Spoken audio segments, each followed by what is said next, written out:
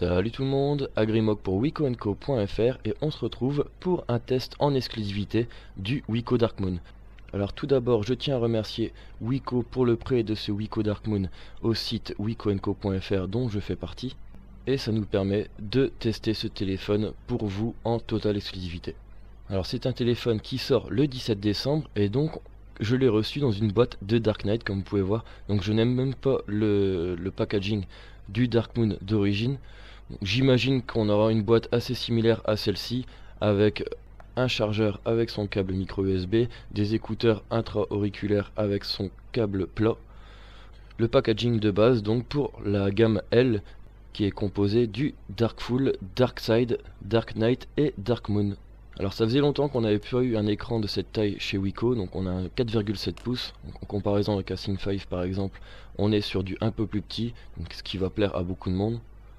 On est à peu près à la même épaisseur, voire plus fin sur le Dark Moon, ce qui est vraiment agréable. Et comparé au Darkside, là, il n'y a pas photo, on a vraiment un plus petit smartphone normal en même temps, on a un pouce de moins sur l'écran. En termes de design, d'ailleurs, le Dark Moon ressemble très fort au Darkside, avec quelques différences bien sûr. Donc on a un design assez sympa, classique dans la gamme L, qui se ressemblent tous à peu de choses près. Et la grosse différence de celui-ci, c'est son poids, vous allez voir, il est vraiment extrêmement léger. Donc voilà, 111 grammes, batterie incluse, ce qui fait de ce smartphone un smartphone très agréable à prendre en main. Il est vraiment léger, donc ça c'est un très bon point. Alors on se retrouve avec un écran 4,7 pouces IPS avec un traitement Corning Gorilla qui vous permettra d'éviter les rayures sur celui-ci, avec une résolution HD en 720p, ce qui lui confère un très bel écran. Et en haut on retrouve le capteur caméra frontale ainsi que les capteurs de luminosité et de proximité, donc vous les verrez pas, moi-même je ne les vois pas à l'œil nu. Un haut-parleur pour les appels. Ensuite vous avez les traditionnelles touches sensitives, menu, home et retour. Sur le dessus vous avez le port micro USB ainsi que le jack 3.5, donc du coup en dessous on retrouve rien à part le microphone qui sert à appeler. Sur la tranche droite on a le bouton power, donc qui fait très bien son travail avec les touches de volume. Donc ils ont tout mis du même côté ce coup-ci. C'est un peu perturbant au départ mais on s'y fait très vite. Donc par exemple pour faire un screenshot il faut prendre l'appareil à deux mains, c'est un peu gênant mais ça fonctionne, je vous le rassure. Alors au départ vous risquez de vous tromper entre la touche power et le volume pour allumer l'appareil, mais c'est histoire de quelques heures, vous allez vous y faire très vite, donc c'est pas un problème. Sur la tranche gauche on retrouve un port micro SIM que je vous montrerai après. Ensuite sur le dos on a un capteur 8 mégapixels ainsi que son flash LED, le traditionnel logo Wico sur la coque en aluminium et un haut-parleur. Donc la coque arrière est bel et bien en aluminium. Sur le coup, quand je l'ai ouvert, je pensais que c'était du plastique, mais non, c'est bien de l'alu. Donc on se retrouve avec à peu près la même coque que le Darkside, comme vous pouvez le voir. Et l'aluminium, qui est d'une part très joli sur un smartphone, permet aussi de ne pas conduire la chaleur de la batterie. Donc ça c'est fort agréable. En cas de surchauffe, vous ne le sentirez pas vraiment sur vos mains comparé à une coque en plastique. Donc si j'enlève la coque du dessus, on retrouve un port carte SIM ainsi qu'un port micro SD jusqu'à 32 Go, voire 64 sur certaines marques. Et donc sur le côté je vous ai parlé d'un port micro SIM. Normalement il faut une petite aiguille. Bon là j'ai eu un badge Darkful par Wico, donc je vais m'en servir pour l'occasion. Voilà, donc, il suffit de rentrer dans le trou. Voilà, en filmant c'est un peu compliqué. Alors voilà, et vous allez pouvoir insérer votre micro SIM dans ce petit support et ensuite il n'y a plus qu'à l'insérer. Je vais essayer de l'insérer correctement. Donc que vous ayez une SIM standard ou une micro SIM, vous pourrez y insérer les deux formats, voire deux en même temps. Il n'y a aucun souci à ce niveau là. Voilà, donc je vais essayer de remettre le cache correctement. Donc là il n'est pas encore bien mis. Bon, je vais prendre à deux mains. Voilà. Donc c'est un peu malheureux qu'on ne peut pas ouvrir la coque arrière pour pouvoir accéder à la batterie. Du coup je ne vais pas pouvoir vous la montrer malheureusement. Maintenant on va s'intéresser à l'intérieur de ce Dark Moon, donc le processeur etc. On a la traditionnelle notification de fente de aucune carte SIM. Il suffit de faire un slide et de la fermer. Je vais baisser un petit peu la luminosité parce que j'ai l'impression que ça sature un petit peu au niveau de l'image. Voilà, ça sera plus agréable pour vous. Et ce qu'on va aller voir dans un premier temps, c'est la version d'Android. Alors on se retrouve dans les paramètres, tout en bas dans à propos du téléphone, et on est bien sur une version 4.2.2 d'Android. Le petit easter egg nous le confirme, on est bien sur une version 4.2.2. Alors on n'a aucune surcouche constructeur, donc comme à son habitude chez Wiko, on a du Android quasiment pur quoi. Donc ça c'est vraiment sympa. Moi je préfère personnellement parce que les surcouches souvent c'est assez lourd. Alors en termes d'applications préinstallées, on a la traditionnelle boîte à outils SIM, donc qui n'est pas gérée chez Joe Mobile, donc je ne vais pas pouvoir vous la montrer. Ça vous permet juste d'avoir quelques raccourcis sur votre boîte vocale, etc. Bon bref. Vous avez le clavier touchpad de préinstallé qui est un très bon clavier. Vous avez aussi la possibilité de retourner sur le clavier stock. Ensuite vous avez l'application pour la radio. Là je n'ai pas de casque donc ça ne fonctionne pas, mais je vous garantis ça fonctionne très bien. Vous avez toute la panoplie des applis Google de préinstaller, Gmail, Google+, Google Search, Navigation, qui est un GPS gratuit qui fonctionne très bien. Comme pour le Dark Side, vous avez 3 jeux de préinstaller, donc Little Big City de Gameloft, donc 3 jeux Gameloft finalement. Ensuite Wonder Zoo et Asphalt 7 qui se retrouvent en première page. Donc ces jeux, vous ne pouvez pas les désinstaller puisqu'ils sont installés en application système, mais les données de ces jeux ne sont pas préinstallées, donc ce qui fait que ces jeux prennent quasiment pas de place. Donc si vous êtes routé, vous pouvez bien sûr les virer, mais d'origine non. Alors ensuite, où est-ce que j'en étais? On a Play Film, Play Jeux et Play Livre, donc les applis Google encore une fois liées au Play Store. Ensuite on a une solution de backup de données personnelles et d'applications qui est préinstallée, donc ça c'est assez sympa. Je n'ai pas testé mais j'imagine que ça va bien fonctionner. Ça vous permettra de sauvegarder vos applis ainsi que vos données sur votre carte SD en code remise à 0 de l'appareil par exemple. Et pour finir, vous avez une solution antivirus qui s'appelle TrustGo de préinstaller, que je n'ai pas essayé car je n'aime pas le principe d'antivirus sur Android, dans le sens où si vous faites attention, vous n'en avez pas besoin. Mais bon, pourquoi pas. Alors on va passer tout de suite au benchmark, donc avec Antutu pour commencer. Et on obtient un score de 17007. Donc c'est le plus gros score qu'on a eu actuellement sur un Wiko. Donc là c'est vraiment top. Alors vous voyez, on se retrouve juste au-dessus d'un Nexus 4 en version stock et juste en dessous d'un Galaxy S3. Donc on est vraiment dans de très bons scores. On se situe sur du haut de gamme de 2012, donc du milieu de gamme de 2013, donc c'est vraiment sympa. On a ici un smartphone qui sera capable de faire tourner à peu près toutes les applications du Play Store sans souci. Donc si on va dans Device Info, alors on a bien un Wiko Dark Moon en Android 4.2.2 et le CPU n'est pas le MT6589 que l'on retrouve depuis juin sur tous les Wiko, mais bel et bien le MT6582 de chez Mediatek. Donc c'est un processeur qui a cadencé à 1,3 GHz en quad-core et qui fonctionne très bien. Il est très peu gourmand en autonomie, donc ça c'est un très bon point. Et il est accompagné d'un GPU Mali 400 MP qui est à peu près similaire au PowerVR qu'on a habituellement dans nos Wiko, légèrement en dessous sur les rendus graphiques, mais c'est vraiment léger, accompagné du CPU en 1,3 GHz, vous avez des résultats à peu près similaires, voire même meilleurs dans certains cas. Donc on est bien sur du 720p, la caméra est en 8,3 mégapixels avec des photos en 3840 par 2160, donc vous aurez de très jolies photos. Ensuite on a 1 Go de RAM, ce qui est à l'heure actuelle amplement suffisant pour faire tourner la quasi-totalité des applications sur le Play Store et de garder une très bonne fluidité sur votre appareil.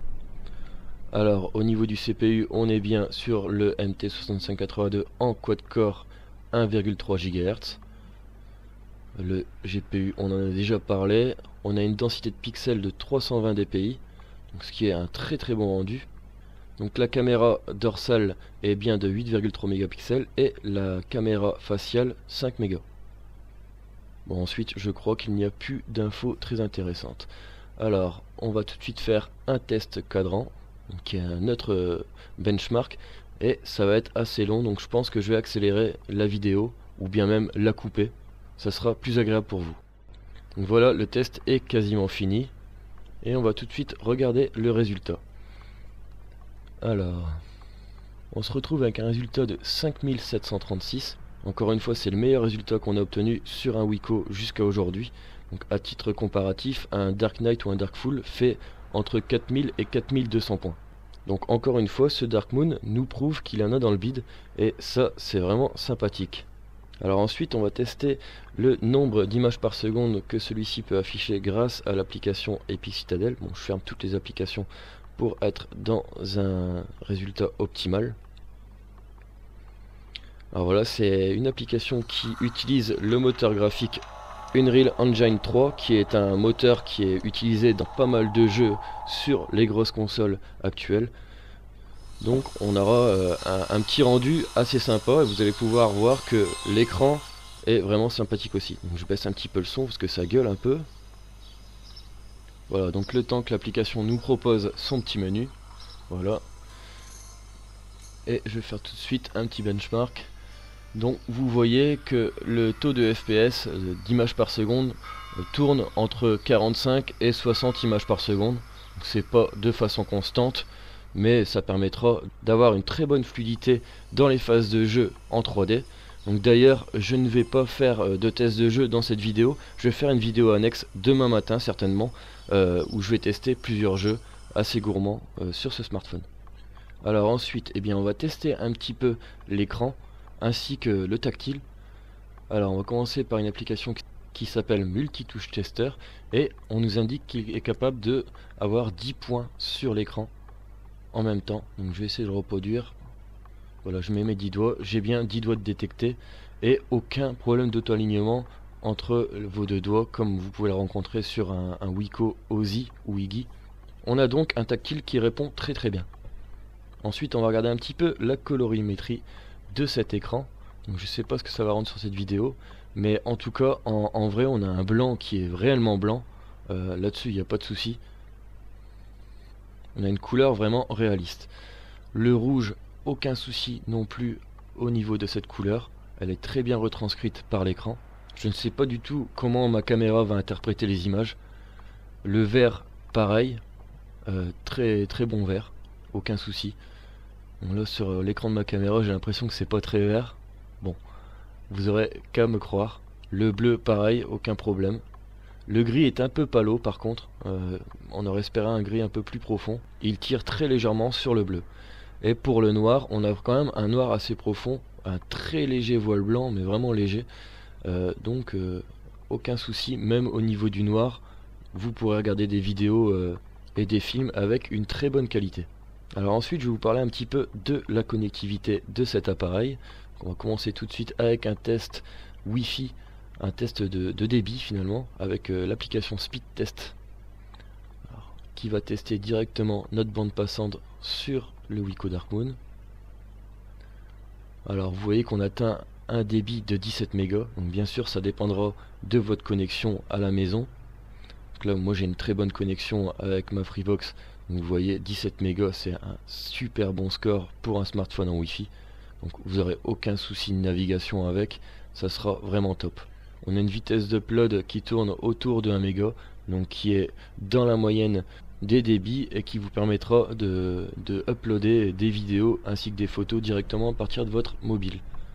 Donc voilà, j'ai un score de 17 mégas en Wi-Fi, ce qui est pas mal du tout. Et comme je ne suis pas couvert en 3G chez moi, j'ai fait un test en ville hier et j'ai obtenu un débit de 6 mégas. Donc là pareil, ça dépendra de votre opérateur. Ce smartphone dispose de la H+ en 42 mégabits par seconde, donc contrairement au 5 par exemple qui est en 24. Donc pas de 4G sur celui-ci, mais de la très bonne 3G. Donc ça sera déjà très bien si vous avez un forfait qui le permet. Alors ensuite on va vérifier si ce smartphone est compatible avec la norme USB OTG. Donc pour ce faire j'ai un petit adaptateur avec un lecteur de carte SD que je vais brancher tout de suite au port micro USB du smartphone. Donc déjà faut que je trouve le trou. Voilà. Et on va voir si il la détecte. Quelques secondes. Voilà. Donc c'est bien détecté. On va se retrouver dans le stockage pour vérifier tout ça. Voilà, donc j'ai bien un stockage USB externe qui est détecté. Donc on retrouve en bas. Et du coup je vais vous parler un petit peu de la mémoire de ce téléphone. Donc pour les applications, vous avez un espace total d'1 gigaoctet. Donc il s'agit bien simplement des APK installés sur la mémoire interne. Les données tierces des applications telles que les gros jeux Gameloft qui prennent 2 gigaoctets, les données du jeu seront installées sur votre carte SD si vous cochez la case par défaut en haut. Alors ensuite il détecte bien ma carte SD de 32 gigaoctets, aucun souci à ce niveau là. En stockage téléphone, vous avez 1,71 gigaoctets de disponible, donc pour y mettre vos photos, vos vidéos, etc. si vous n'avez pas de carte SD par exemple. Et ma petite carte USB externe de 2 gigaoctets est bien détectée, donc je vais la désinstaller directement. Voilà. Donc on se retrouve avec un smartphone de 4 gigaoctets d'espace interne et extensible à 32 gigaoctets via une carte micro SD. Alors je vais vous montrer dans les applications carte SD, vous voyez là j'ai pas mal de gros jeux d'installer. Donc par exemple Real Racing 3 qui prend 1,80 gigaoctets, de Asphalt 8 1,57 gigaoctets, quasiment 2 gigaoctets pour Modern Combat 4. Donc autant dire que vous allez pouvoir installer de gros jeux via votre carte SD. Donc aucun souci au niveau de la mémoire interne finalement. Ça sera suffisant pour la plupart d'entre nous. Je vais virer la petite notification de l'USB OTG. Voilà. Ensuite on a du Bluetooth. Alors on a même une petite application de préinstallée pour gérer les appareils d'entrée sans fil. Qui fonctionne très bien. J'ai testé avec un petit clavier Bluetooth. Aucun souci. Ensuite on va faire un petit test de la puce GPS. Je vais fermer toutes les applications. Voilà. Donc le GPS est bien allumé. Et on va faire ça avec GPS test. Donc j'ai fait un petit test hier à froid. Et j'ai eu un premier fixe en 18 secondes. Là on verra aujourd'hui. Donc le ciel est assez couvert. Donc j'ai peur que ça prenne un petit peu plus de temps. Surtout que l'on est en intérieur, donc ce qui est vraiment pas un test vraiment optimal pour ce GPS, mais c'est histoire de vous montrer un petit fixe à froid comme ça en intérieur avec un ciel vachement couvert. Je pense que on va quand même réussir à en avoir un. Voilà, on a 14 antennes qui sont détectées pour l'instant et 2 qui sont en train de prendre un fixe petit à petit. Donc là c'est un peu plus long qu'hier. Bon, bien sûr, comme je vous l'ai dit juste avant, ça dépend vraiment de la situation dans laquelle vous vous trouvez. J'ai fait un test GPS hier en voiture avec Sigic et c'était juste nickel quoi. J'ai eu aucun décrochage, j'ai roulé pendant une petite heure et c'est vraiment très très bien. Alors voilà, on a eu un fixe en 57 secondes, donc en moins d'une minute, en intérieur, c'est plutôt pas mal. On a 8 satellites qui sont accrochés, donc il n'y aura pas de risque de perte de satellites. Vous aurez vraiment un GPS fonctionnel finalement qui vous permettra de faire de longues routes comme de courts trajets. Voilà, donc ne vous fiez pas à ce fixe qui s'est fait en 57 secondes.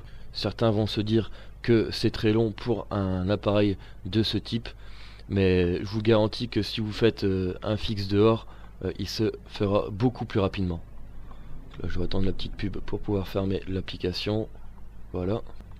Alors ensuite, l'appareil photo. Eh bien je vais me resservir du petit badge de Wiko et je vais le photographier. Ça fera un bon petit test. Alors vous pouvez voir directement qu'il y a un autofocus, ce qui est un très bon point. Alors ensuite dans les menus vous avez diverses possibilités. Donc par exemple le mode panorama. Ensuite vous avez le mode détection auto. Donc par exemple là il me détecte en mode nuit parce qu'il fait assez sombre chez moi. Ensuite le mode sourire, donc, qui prendra un cliché automatiquement si les gens sourient, le mode HDR et le mode normal. Ensuite on a un mode cinémagraphe qui permet d'avoir une grille pour pouvoir prendre vos photos de façon assez précise. Vous avez aussi un mode gomme magique qui va vous permettre d'effacer les éléments perturbateurs sur la photo que je n'ai pas eu le temps de tester malheureusement. Vous avez tout un tas de paramétrages comme la taille de l'image, donc là on est bien sur du 8 mégapixels. Vous pouvez bien sûr mettre en plein écran et ainsi mettre pareil en 8 mégapixels pour prendre vos photos en plein écran. Bon, je vais tout de suite prendre une petite photo de ce badge Darkful pour vous montrer un petit peu la prise d'image. Voilà. Et on va faire un petit zoom dessus. Ah, l'orientation automatique, je vais le faire comme ça. Vous voyez que c'est plutôt pas mal. Je vais intégrer dans la vidéo quelques petits clichés prise par Trix, administrateur du forum wicoandco.fr, qui a aussi eu la chance de tester ce mobile, et vous voyez que ces clichés sont vraiment de très bonne qualité. Donc vous pouvez les voir directement sur wicoandco.fr. Et je vous mets une petite séquence que j'ai filmée ce matin directement en extérieur.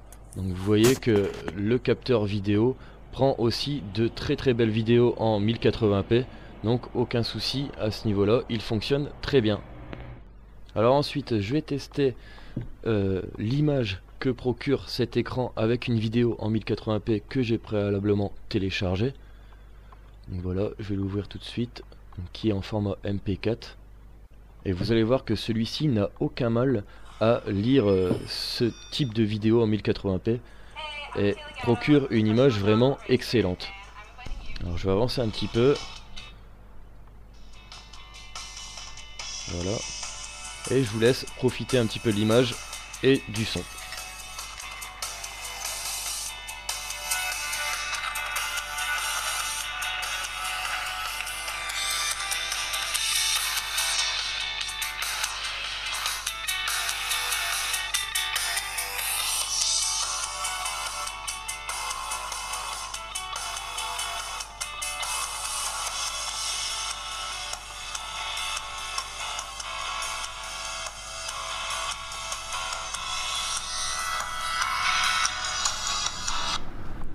Voilà donc pour ce test de médias en vidéo et en son, on a un très bon résultat.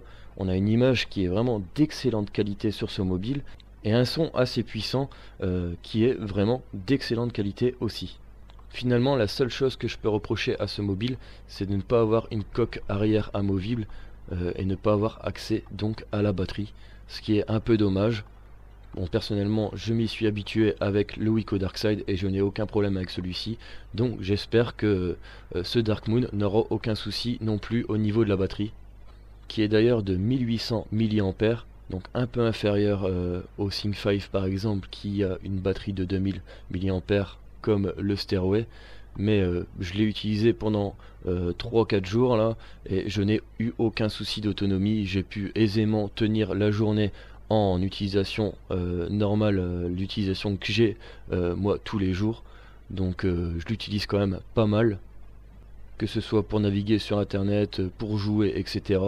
Donc je ne pense pas que l'autonomie soit un problème à partir du moment où vous faites attention à éteindre la 3G, Wi-Fi, Bluetooth, GPS, etc. quand vous n'en avez pas besoin. Voilà, donc je pense avoir fait le tour à peu près de ce Dark Moon. Donc je ne peux que vous le recommander. Sincèrement, je trouve ce smartphone de très bonne qualité et ses performances sont tout simplement excellentes. Je vous fais un test de jeux vidéo 3D demain sur celui-ci avec des jeux bien gourmands et vous verrez que ça tourne plutôt pas mal. Alors je rappelle la date de sortie qui est au 17 décembre, donc juste avant Noël. Donc si vous le voulez pour Noël, il va falloir vous dépêcher à l'acheter le 17 décembre.